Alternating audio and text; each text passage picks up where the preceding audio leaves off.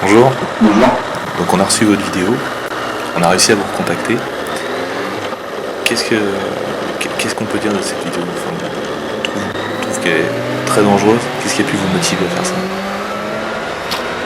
Alors, ce qui m'a motivé à faire cette vidéo, la principale raison, et même la seule, c'est que j'ai perdu les 12 points de mon permis, enfin les 11 parce que j'avais déjà perdu un par ma faute.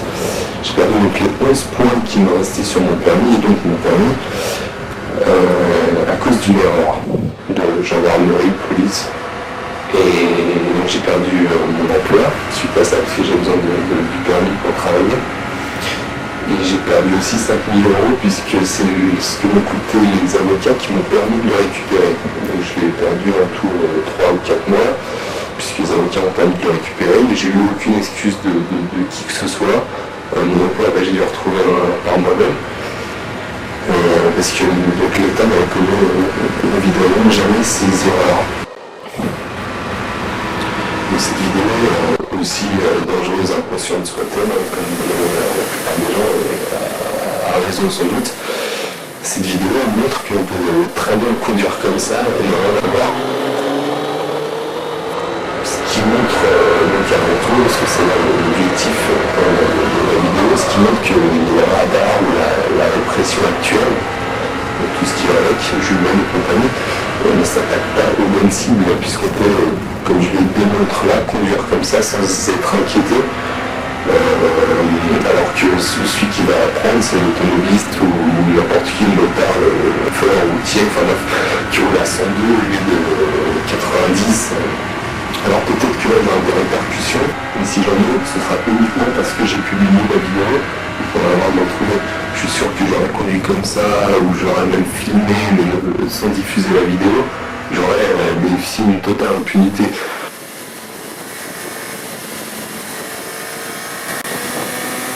Je pense que vous devez connaître des motards comme le Ghost Rider, comme le Prince Noir, qui ont déjà réalisé ce genre de performance. On a pu se rendre compte là sur les 12 minutes 15 de votre vidéo, vous avez une moyenne supérieure à 170 km/h. Si votre but était de faire mieux, vous êtes en deçà de leur record. J'ai pas fait le calcul de la vitesse moyenne. En revanche, oui, pour la durée du tour, c'est bien 12 minutes 15. Bien sûr, oui, je ne fais pas avec Ghost Rider et du Prince Noir, puisque la vidéo est largement inspirée de cette dernière, c'est du Prince Noir. Le Prince Noir, celle-là est vraiment impressionnante, je pense. Après, oui, je l'ai fait plus lentement. Déjà, mon objectif premier n'était pas de battre leur corps, puisque j'ai choisi déjà de ralentir au radar, donc déjà là, ça m'empêchait de faire mieux. Et en plus, j'ai aussi, je pense, je vais revoir les transports, mais je pense que j'ai plus de trafic que lui au moins dans la deuxième partie. Puisque lui, si je me souviens bien, il y avait pas mal de trafic, mais il y en a quand même un peu moins. Donc là, c'est à ligne droite, la porte de la Chapelle, porte de Bervilliers. Donc c'est là qu'on atteint la vitesse max de cette vidéo, donc on est aux alentours de 280 km/h.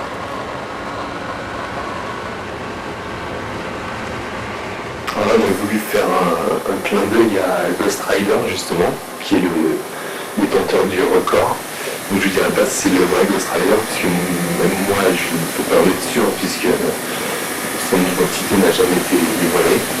Bon, en tout cas, c'est un motard qui nous suit donc entre deux portes, il sort à la porte des Lilas.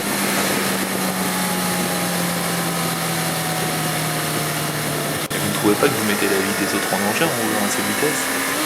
Et vous risquez aussi de véhiculer une mauvaise image de motard, avec la répression, ce qui se fait autour de ça en ce moment.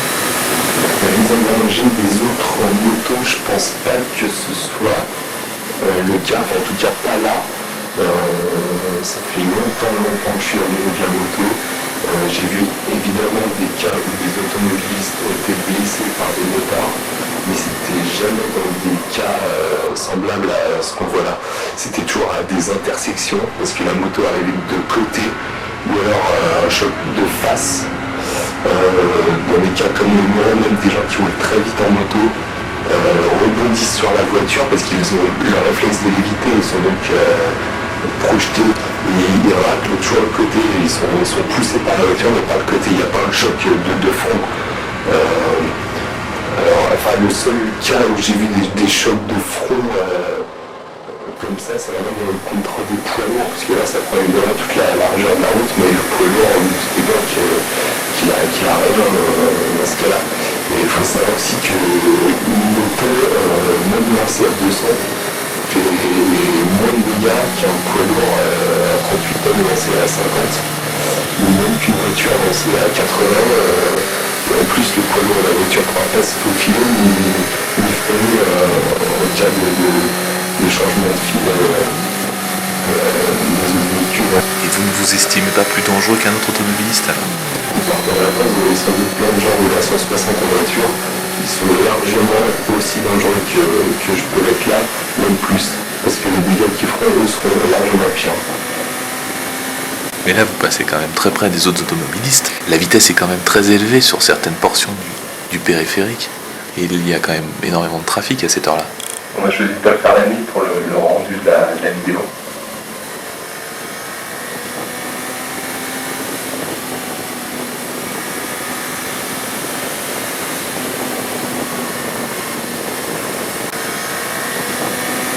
Vous n'avez pas encore parlé de votre moto, puisque c'est une sportive, puisque c'est ce qu'ils appellent un roadster. Vous pouvez nous en dire plus? La moto, ouais. Alors, j'avais pas marqué sur la vidéo, puisque c'est sans doute pas essentiel à mes yeux.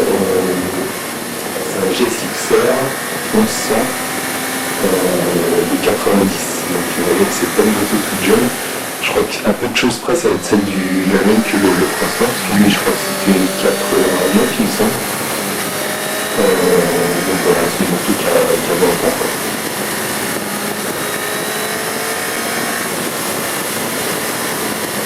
Vous nous aviez dit aussi tout à l'heure que ce n'était pas la moto que vous utilisiez tous les jours. Pourquoi avoir choisi ce modèle? Alors que les modèles qu'on peut trouver actuellement sur le marché sont beaucoup plus performants, beaucoup plus maniables et qui ont plus de répondants. C'est une moto sur laquelle je me sens vraiment à l'aise, puisque c'est là-dessus que j'ai commencé. Mon objectif n'était pas le record du tour, donc j'avais pas trop d'intérêt à prendre une moto de puissance récente. Moi, c'est une moto, c'est d'ailleurs la moto sur laquelle j'ai le plus roulé, donc c'est une moto sur laquelle je me sens vraiment à l'aise et qui a le plus de moi. Pourquoi j'ai conduit des sportives récentes. Elle n'a pas les meilleures performances, mais c'est celle qui, je pense, donne le plus de sensations. Pour moi, après, c'est sûr que c'est pas le plus maniable, mais les sensations d'accélération sont vraiment assez impressionnantes sur cette moto.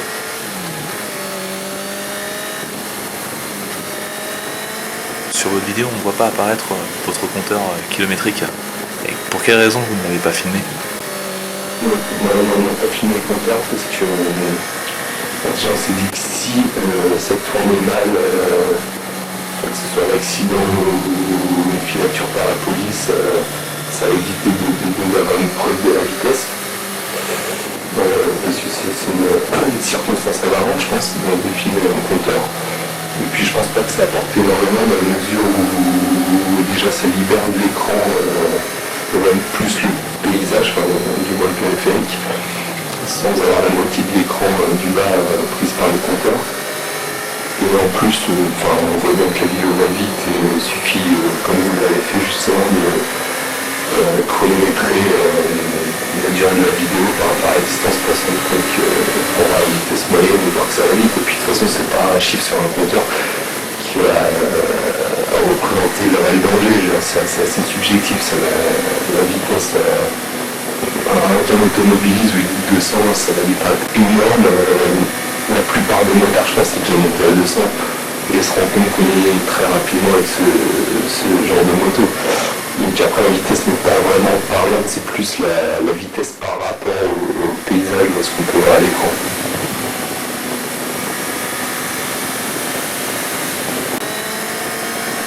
Vous pouvez nous parler un petit peu de votre équipement que vous aviez pour réaliser cette vidéo, au niveau de votre caméra, de vos micros? Alors, on a installé une caméra sur le carburant de la moto. Donc il y a un grand angle qui permet de mettre en un peu l'impression de vitesse. C'est pour ça que c'est des formats un petit peu d'image de temps en temps. Le problème c'est que la vitesse est souvent avalée par les caméras qui n'ont pas de grand angle. Ça a tendance à vraiment normalement diminuer cette impression de vitesse, donc là on a un objectif qui permettait de rectifier un peu ça. Sinon il y avait aussi deux micros, donc il y avait un micro qui était mis dans la bulle de la moto et un autre qui était sous la selle. Le problème c'est que ces deux micros, le branchement pas toujours très bien fonctionné avec les vibrations, donc ils ont fonctionné les deux par intermittence. Heureusement, le mélange des deux a permis d'avoir la totalité. C'est pour ça que la vidéo que vous voyez est un mélange des deux sons. Des fois on a celui de la bulle, des fois on a celui de la scène. Au final on a le tour complet mais avec une ambiance sonore un peu différente, quoi. En publiant cette vidéo, vous ne craignez pas que d'autres motards vous imitent ou surenchérissent avec des défis encore plus improbables et dangereux? Moi je pense pas que ça incite à faire la même chose qu'on a ce genre de vidéo, on se dit plutôt que c'est très dangereux, qu'on n'a pas envie de faire la même chose, que moins d'être kamikaze, suicidaire, ce qui n'est pourtant pas mon cas. Après, c'est vrai que la moto c'est une passion, c'est une drogue et on peut amener à se mettre très en danger sans être pour autant suicidaire ou kamikaze. Et puis il y a rien d'admirable dans cette vidéo.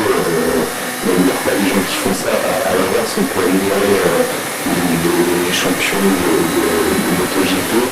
Moi, je vais souvent au Grand Prix du Nord.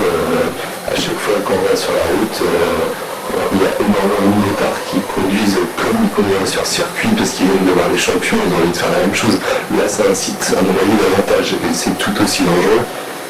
Après, ça peut peut-être inciter certains jeunes motards à faire la même chose, mais je pense qu'ils se rendraient très vite compte au bout de quelques centaines de mètres que c'est vraiment trop dangereux. J'ai quand même des années pratiques sur circuit, des années pratiques en région parisienne du Douro, sur le périphérique notamment, quotidiennement. Ça n'enlève évidemment pas tous les risques, mais ça écarte quand même pas mal les risques évitables, c'est-à-dire ceux liés à la perte de contrôle de la moto. Et c'est évident qu'il reste des risques, mais il y en a beaucoup moins qu'il pourrait en avoir pour un jeune conducteur. Il n'y a aucune leçon à donner. Mais je dissuade quiconque est en premier lieu les jeunes conducteurs, les jeunes motards, d'essayer de faire la même chose.